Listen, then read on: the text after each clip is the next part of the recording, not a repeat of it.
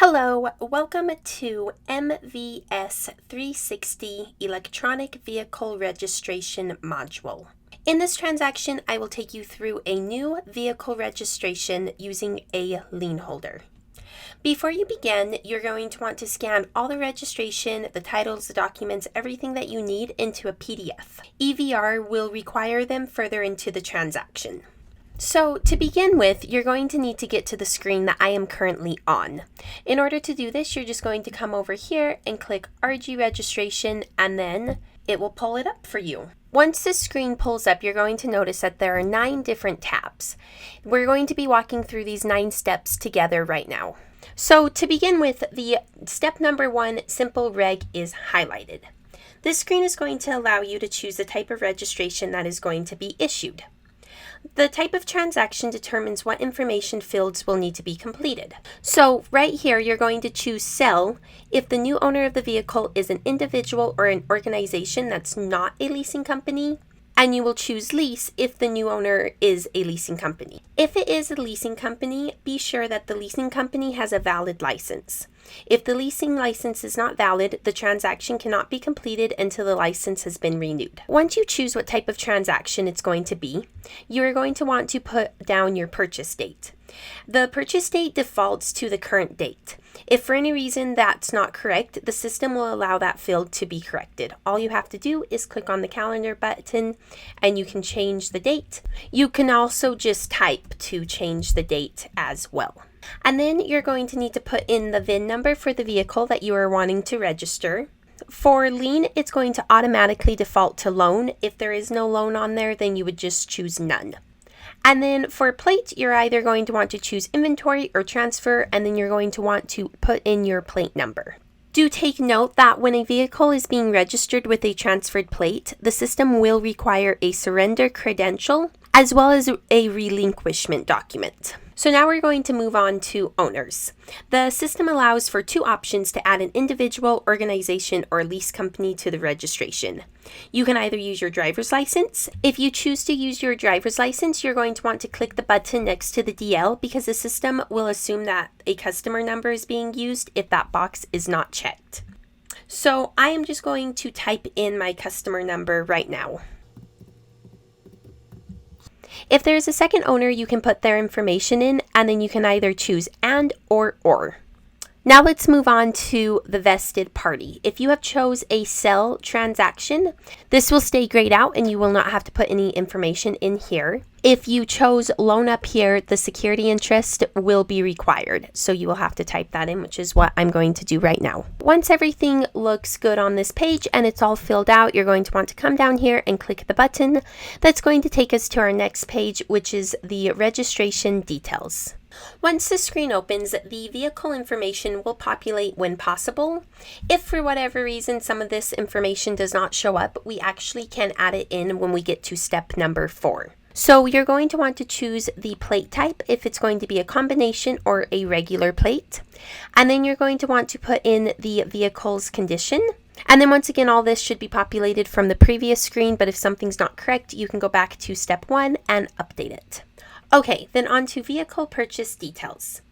The purchase price is going to be the amount of the vehicle without the trade-in. So the amount entered will be used to determine the rate of the sales tax to be paid.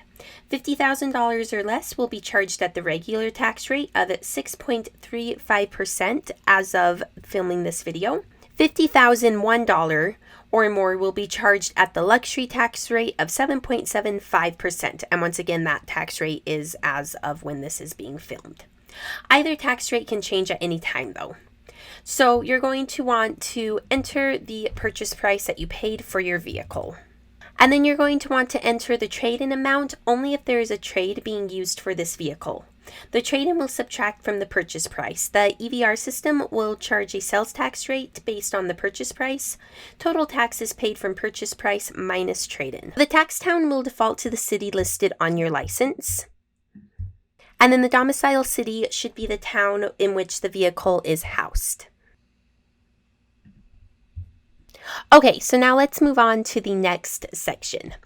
The effective date is going to be the same date that you put in for when you purchased your vehicle. Once again, if that needs to be changed, you can change it. For ownership document type, click on the arrow and a list will be displayed. Choose the proper credential from the list. Use OOS title for any title document other than MCO. For the MCO or credential number, you're going to want to use the title number or the MCO number. And then the credential state will be the state that the credential is from. And then the credential date is going to auto-populate to the date that you purchased the vehicle.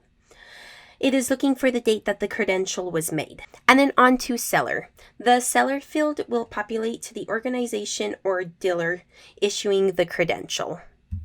And then once everything is entered correctly, you're going to want to move on to step 3, which is customers. For this screen, you're just going to want to make sure everything looks correct. And if everything looks correct, we can move on to step 4, which is the vehicle. So this is the screen that if for whatever reason, when you put your VIN number in, something didn't populate or something populated wrong, you can go in and change it. You're just going to want to verify that the make, model, make year, and body style are correct. If for whatever reason the model doesn't populate, you can just click this plus button right here to put it in yourself. And then you're going to want to go through and put in the color of the car that you are buying. You're going to want to make sure that the fuel type is correct. And just once again, check all of this information. And then for vehicle type, you're going to want to put if it's a passenger, SUV, or a truck. This is going to tell the system if a declared weight is required to be entered. If issuing a combination plate on a passenger-style vehicle, the system will ask for a declared weight. Declared weight is what the customer is using the vehicle for. It does not have to be the same as the GVWR, but it must be at minimum 500 pounds over lightweight.